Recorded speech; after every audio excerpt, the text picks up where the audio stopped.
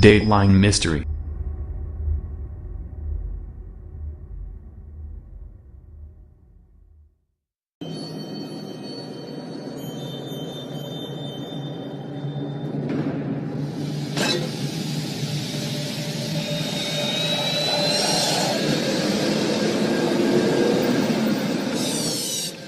On March the 6th, 1981, San Francisco police received a frantic call from the owner of an apartment building.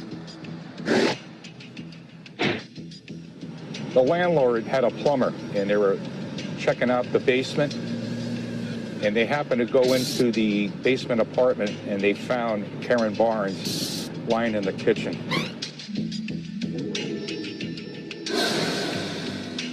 The 23-year-old victim was lying face down in a pool of blood.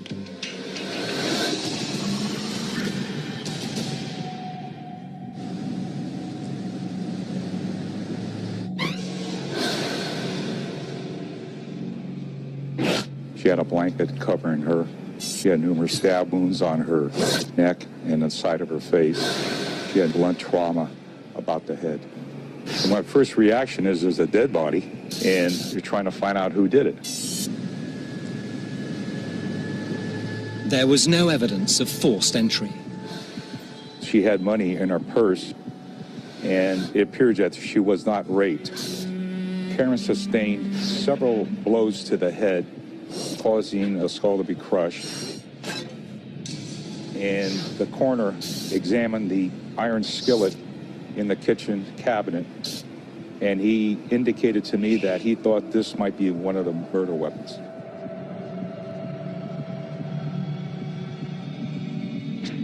She had approximately 12 or 13 stab wounds to the neck and to the face.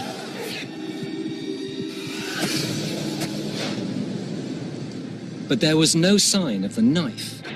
There were few clues in the sparse apartment.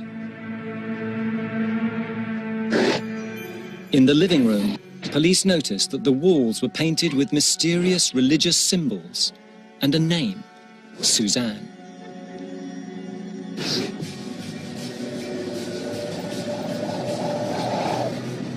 As the murder investigation got underway, Karen's friends were interviewed. Police discovered that a month earlier, a couple had moved into Karen's home. The pair were described as drug-dealing hippies. Karen's friends gave us the name of Michael and Suzanne Bear. However, after speaking with Karen's mother, she informed us that their true names were Michael and Suzanne Carson. Karen had met the couple at a party in Haight-Ashbury, San Francisco's former hippie district. They became immediate friends. Karen Barnes was a vulnerable young woman who was attracted to interesting, unusual things. Suzanne and Michael Carson were kind of interesting. They were talking about meditation and psychic behavior. Well, Karen was always interested in that. And so she found out, oh, they were looking for a place to stay. She said, well, you can stay with me. Michael and Suzanne practiced their own interpretation of the Muslim religion. Karen was fascinated and was slowly drawn into their way of thinking. But since the murder, there was no sign of the couple who had shared Karen's home. The more investigators uncovered, the more crucial it became to find them. When people met Suzanne and Michael Carson, they were horrified by them. These people were dangerous. They sent off dangerous vibes. The couple didn't have a criminal record. There was no evidence to suggest they were killers. They were persons of interest. They weren't suspects, but they were persons of interest. You just don't put out an all points bulletin because they would match everybody on the street. We were looking into other avenues of other crimes in the area. to see if they matched Karen's.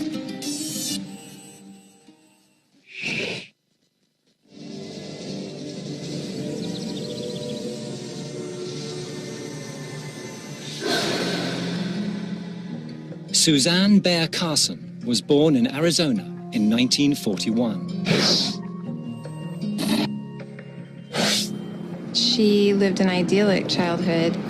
Her father was a newspaper executive and her mother was a stay-at-home mother. She had all the benefits of growing up in that sort of privilege in Arizona. But as she was growing up, Suzanne seemed to lose interest in other people.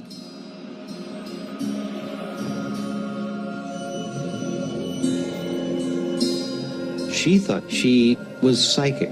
Even when she was a child, she was psychic. And that just sort of separated her from everyone else. She had few friends and didn't perform well at school.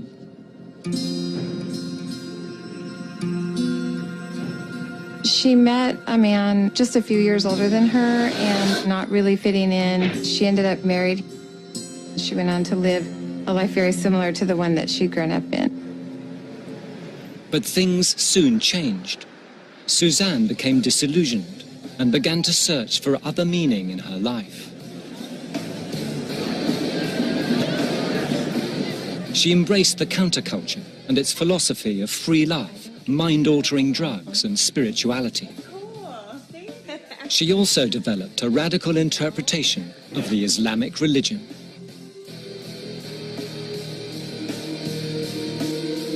As sort of a statement about her newfound identity, Susan changed her name from Susan with an S to Susan with a Z. She was sort of writing her own version of Islamic religion. She was following Allah, but she was writing a script that fit her needs too. It was simply a religion for her that was convenient, where she could take parts of that religion and sort of mix them together with her own personal delusions. Yeah, right. Ultimately, her husband couldn't take that anymore. She had rebelled against him, so they ended up divorced. With her newfound freedom, Suzanne completely reinvented herself and reinterpreted the world to suit her needs. She was going in a certain direction, and she felt she had a different destiny. She was looking for somebody. She knew she was destined for someone else. She said that when she was 35, it was as if she had been touched by something. Maybe it was the drugs, maybe it was the mescaline, maybe it was the acid that she took. But she said that all of a sudden she changed. She started having visions. And those visions called for a spiritual partner to complete her destiny. Susan needed to have someone follow her. She needed someone who would do her bidding.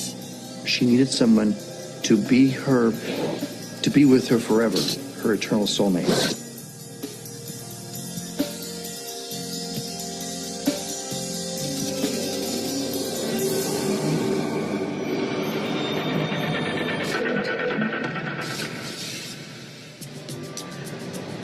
San Francisco, 1981. Karen Barnes had been brutally murdered. Michael and Suzanne Bear Carson, who had lived with the victim, had vanished. The pair were inseparably bound by their unusual religious beliefs.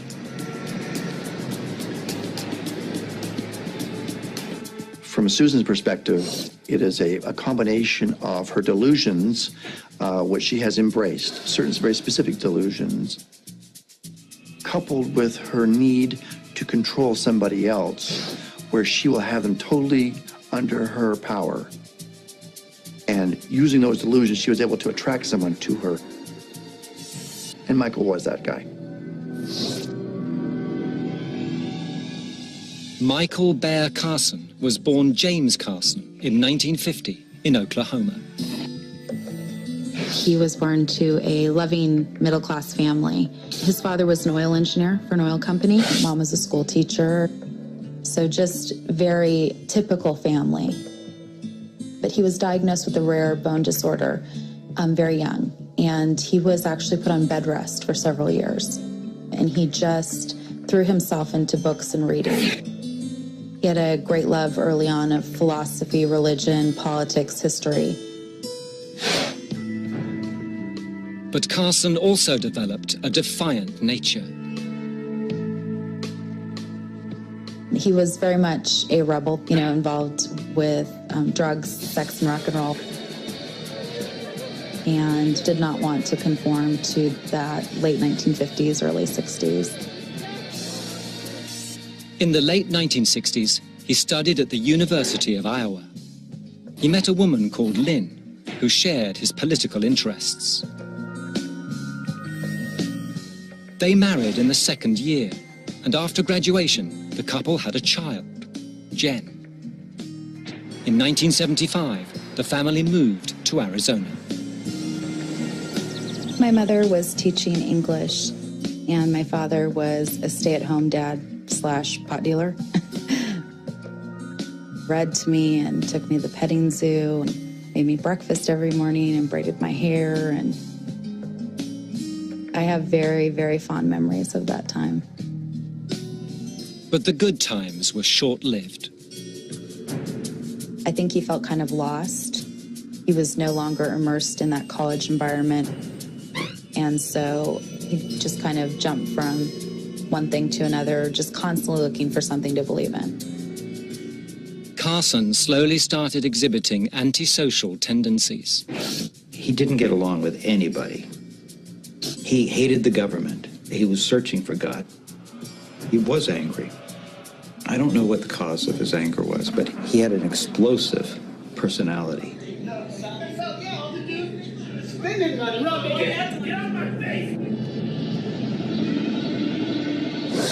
He grew increasingly unstable, and his wife eventually lost patience.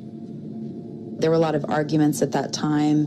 They would argue about my father's lack of, career. They'd also argue about his bizarre behavior. In 1977, after 8 years of marriage, Michael and Lynn Carson divorced. Shortly afterwards, Michael met Suzanne. The second they met, it was like fireworks. They were just almost instantaneously obsessed with each other. Michael was searching for God. Suzanne was searching for something, she didn't know what. And when they met, it was like two star-crossed lovers. It was magic. He was a decade younger than her. He made her feel like she was beautiful and very sexual again. But their attraction went far deeper. She saw herself as intellectually superior, and by attaching herself to someone who was so well educated, I believe she felt that became a reflection of who she was. They were participating in hallucinogenics and pot and drinking on a daily basis.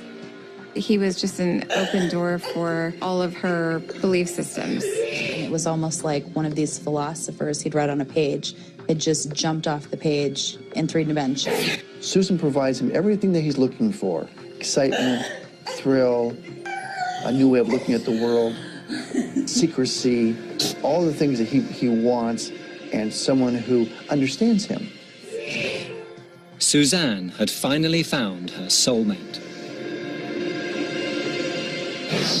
Michael immediately moved in with her. She was looking for a follower. And, she found that in Michael. Michael was looking for someone to guide him. Suzanne even changed his name. The first night that Suzanne meets James Carson, she says, "Isn't your name Michael?" And he says, "No, darling, my name is James Carson." She said, "No, it's Michael. It's an angel in the Bible that fights the devil." And from that moment on, his name was Michael Carson. And by having him change his name, he was showing her submission and also was willing to give up his past and be her follower. They went traveling in search of spiritual enlightenment and started using Bear as their surname. My father had an early fascination with bears. I think all children have different animals they love, so he just loved bears. Michael and Suzanne Bear returned to the US in 1980, having adopted more beliefs. They considered themselves vegan, Muslim warriors for God. They were just really kind of creating a two-person cult. They just bastardized the religion. They picked and chose what they wanted to. I mean, they would be executed in a Muslim country. They were drug dealers. They were not Muslims.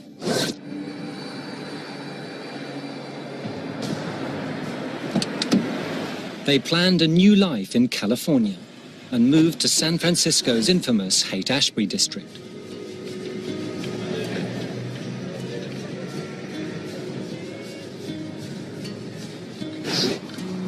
They sold drugs and lived a nomadic lifestyle. The word most people describe of them in this period were just freaks. Michael said, okay, I'm a Hashashin, which is a kind of a sect that would smoke hash and then go kill their enemies. They picked out the Hashashin element of the Muslim religion because they wanted to kill witches. They thought they were on a mission to kill witches. This was very off-putting to people. So I think they were looking for recruits.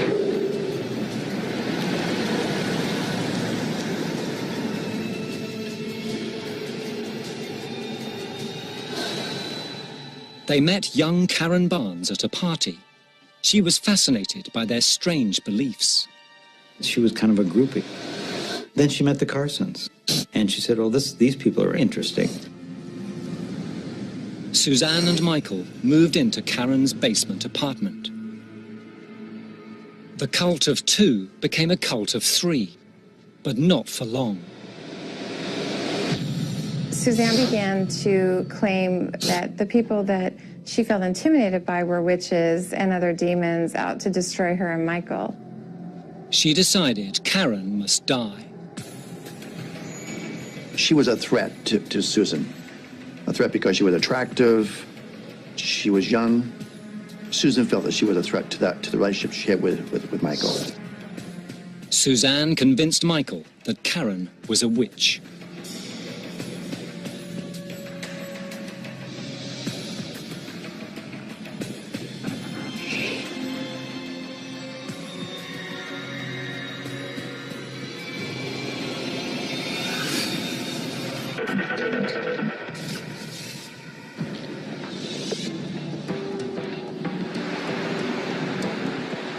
In 1981, San Francisco police were searching for Karen Barnes's killer.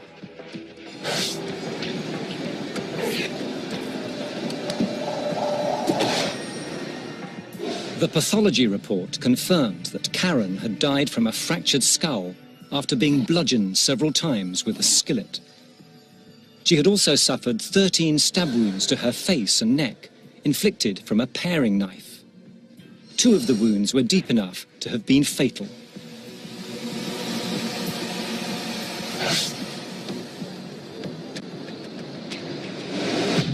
Investigators tried to find out more about the couple who had moved in with Karen, but the hunt ended in frustration.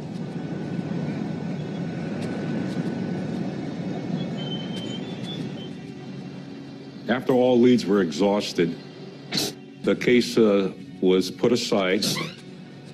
Still an active case, still an open case, but there were other cases that we were assigned that needed attention. After Suzanne and Michael killed Karen, they fled San Francisco. They were tied together from that point on. They had started on a journey. There was no going back.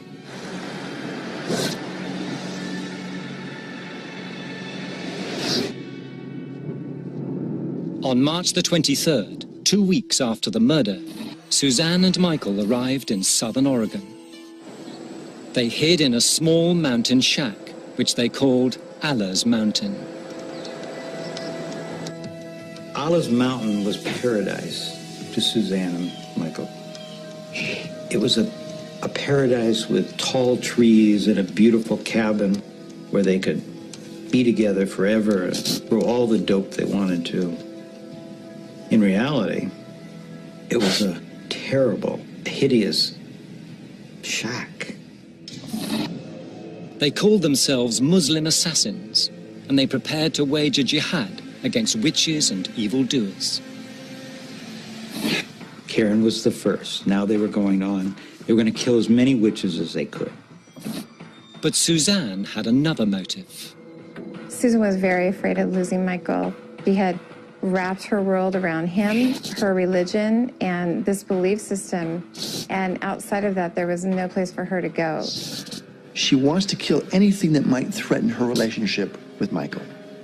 Anything that might be intrusive in that relationship, she's going to destroy it. After several months of hiding in the cabin, they ran out of food and drugs. Michael hitchhiked to LA to look for supplies, while Suzanne stayed behind in Oregon. What's a witch? Oh, witch. What's a witch? When Michael returned a few weeks later, Suzanne was starving and delusional. Her visions revealed witches everywhere. So there was no rhyme or reason to who Susan depicted as evil or threatening or a potential witch. When a ranger evicted them from the cabin, they headed south and stayed on the move to avoid capture. On May the 22nd, 1981, they hitched a ride. The driver let Suzanne and Michael stay in a treehouse on some land he owned in the Ventana wilderness. A few days later, he regretted his decision. Susan developed this almost manic smile or laugh, and she would laugh or smile in the most inappropriate moments. So even their manner of speech and so on were becoming very, very bizarre. And so I think people just were finding them to be off-putting. When the man ordered them to leave, Suzanne and Michael took their revenge. Suzanne says, you need to confront that person. We can't be thrown out of this place like this. They robbed his house. Suzanne said, Michael, here is your reward for earning your wings, being an angel of Allah. Here's a gun. Allah wants you to have a gun.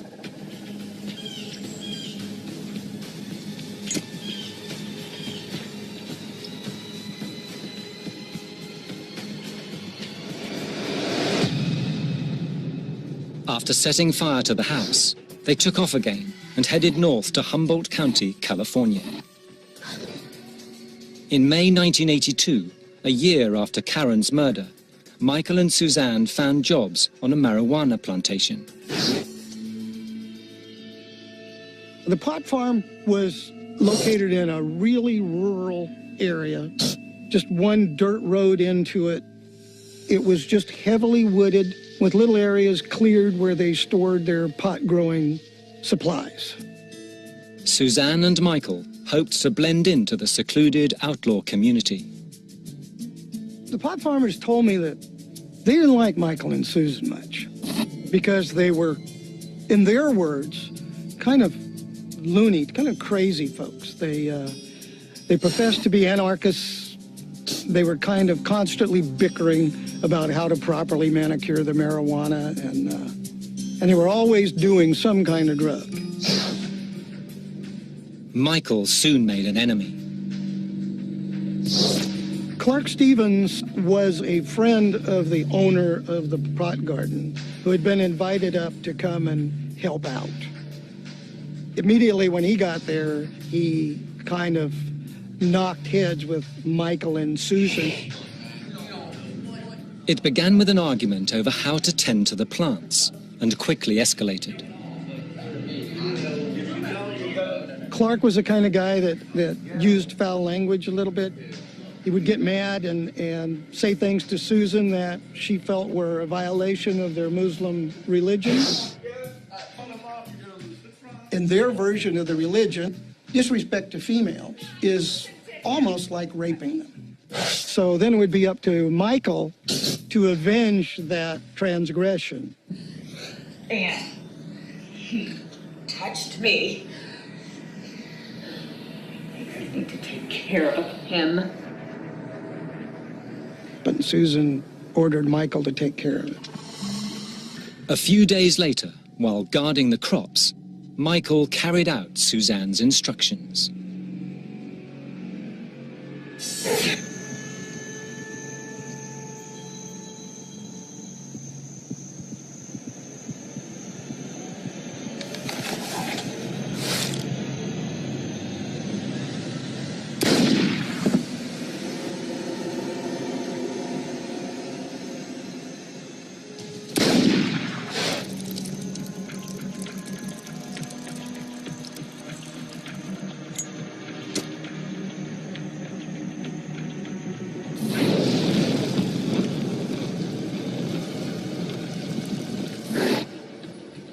On May the 17th, 1982, police received a strange call from the plantation.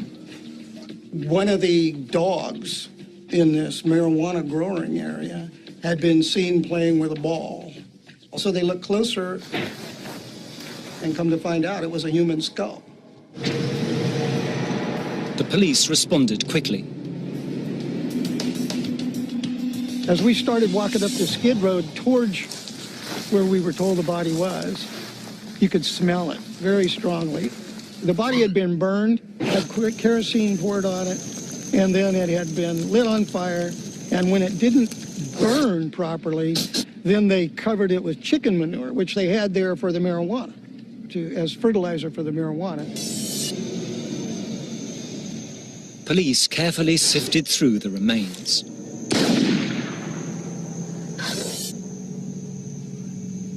We could see some bones sticking up. And then, underneath where a lot of the bones were, we found his wallet. And so we had his ID, we had his picture and his name. The post-mortem confirmed the victim's identity. A bullet fired from a .38 caliber Smith & Wesson was also recovered. Clark Stevens had been found. Once again, Michael and Suzanne Carson had vanished.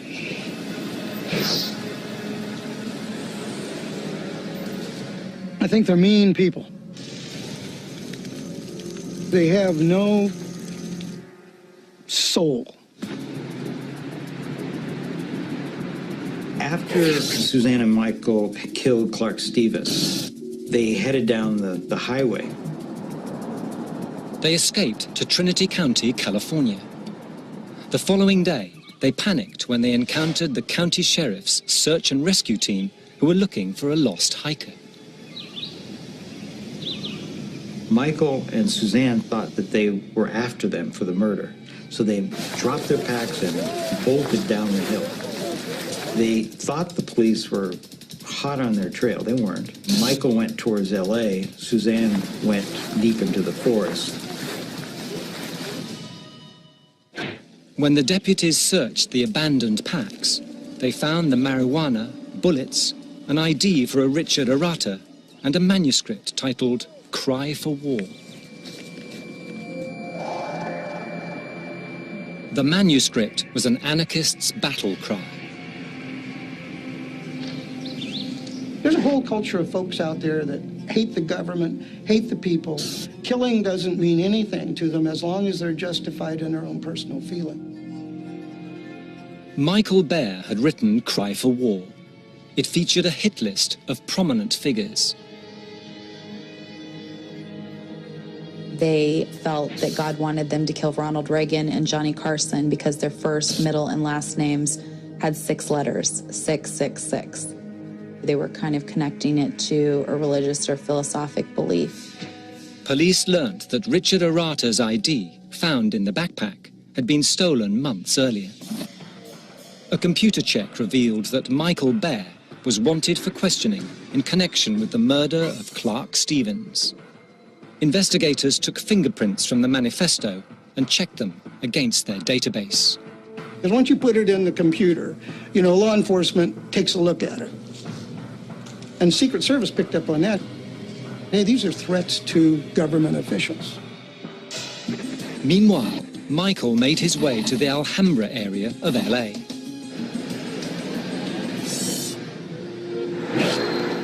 There, he was mistaken for someone else. He looked like a rape suspect they were after.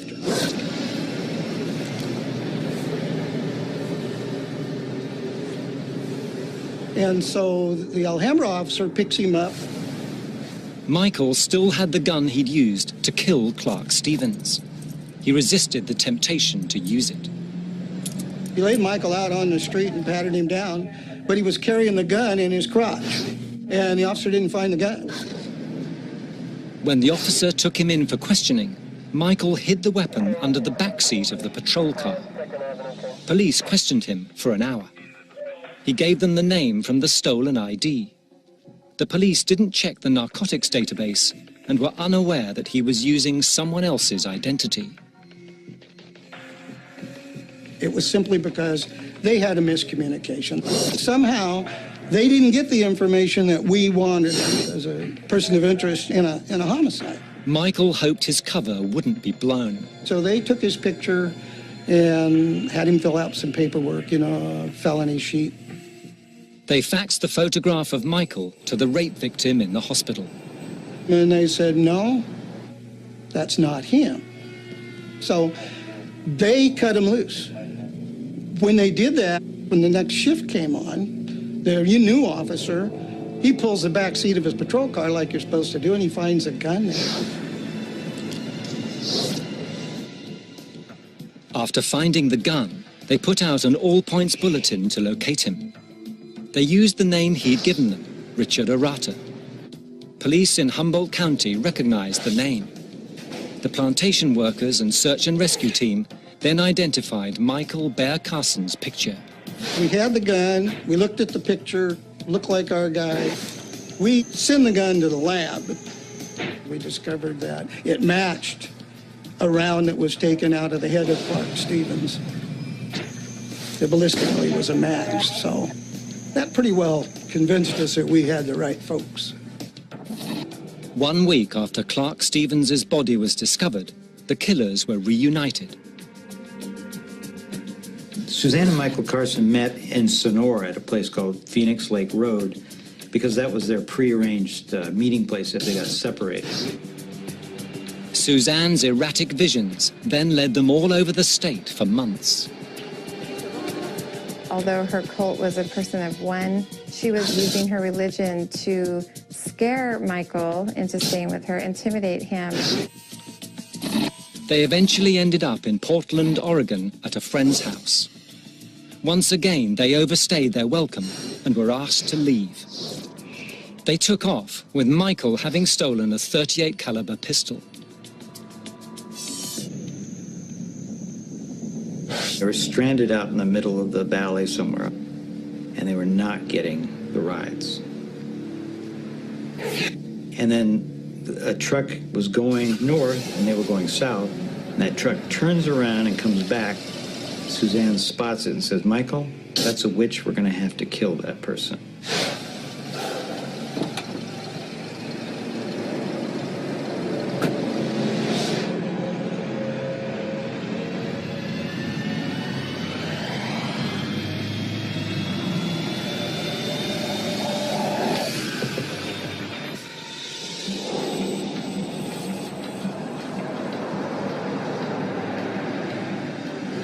In 1983, police in San Francisco and Humboldt County, California, were searching for serial killers Michael and Suzanne Bear Carson.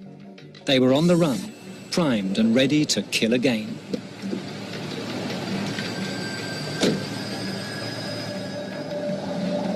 Susan and Michael are somewhat different than other serial killers because most serial killers tend to be sexual predators. We're seeing some differences here. These people were not predators in that they were looking specifically for people to kill. They killed because the acts were spontaneous. They're opportunistic. Michael and Suzanne headed north. they hitched a ride from a trucker called John Hellier. Immediately, Suzanne and Michael started having arguments with John Hellier as they drove north. John was listening to country music. Suzanne hated country music. Then John rubbed his leg against Suzanne. So as they get up to the freeway interchange, Suzanne moves forward, looks at Michael. Michael understood what Suzanne wanted him to do.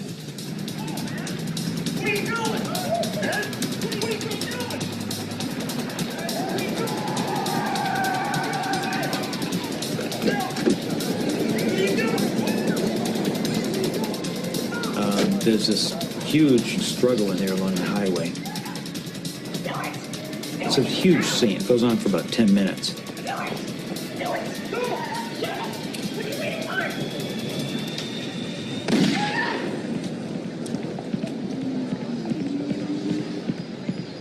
After they killed John Hellier, Suzanne takes the wheel of the victim's car and they start driving north.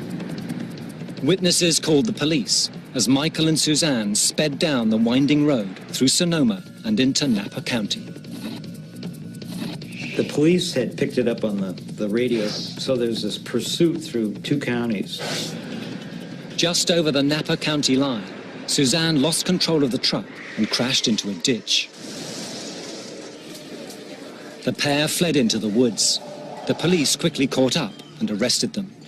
Their true identities were then discovered. I got a call from Secret Service. And they said, hey, Hill, remember we talked about that cry for war thing and those people that were wanting to kill the president? And he says, well, that name Bear, Michael and Susan Bear just got arrested, and that's a name they're using in Santa Rosa. Oh, I was elated. I felt like I had just been hit by a ton of bricks. You know, I just completely idolized my father and thought he would be coming back any day and everything would go back to the way it was. At their pre-trial hearing, Michael admitted to killing Clark Stevens and John Hellier, but claimed self-defense. Suzanne refused to say a word in court or to her lawyer. It was very unusual. I've never had a case like that before or since where the person who could speak just refused to speak. Michael evidently was concerned about what he viewed as the lack of proper publicity that they were getting because they were in sort of this relatively small town, Santa Rosa. It's about 50 miles north of San Francisco. The San Francisco Chronicle eventually picked up the story. Michael then confessed to the San Francisco murder 2 years earlier, hoping it would lead to publicity. And a San Francisco police inspector, homicide inspector, saw that, and they had an unsolved case in the Haight-Ashbury district, and between the things that Michael said and the facts that they knew, they connected this up. San Francisco investigators interviewed the couple. Michael agreed to confess to Karen Barnes's murder in exchange for a press conference. They expected to be rewarded for killing Karen, because in their minds, Karen was the most powerful witch in San Francisco. They tried to show that they were justified. They needed to be rewarded. As the cameras rolled, Michael gave a 6-hour rambling sermon on his religious beliefs. Evil doesn't create. Good is creative, and evil is like a parasite or a leech that it can't create, but it can only copy. That's why powerful evil people are always attracted to Suzanne. Michael was adamant that Karen was a witch. The reason why they killed Karen is they felt that Karen put a hex on Suzanne. And with that hex, Suzanne was losing her beauty and her energy. Michael admitted to bludgeoning Karen with the iron skillet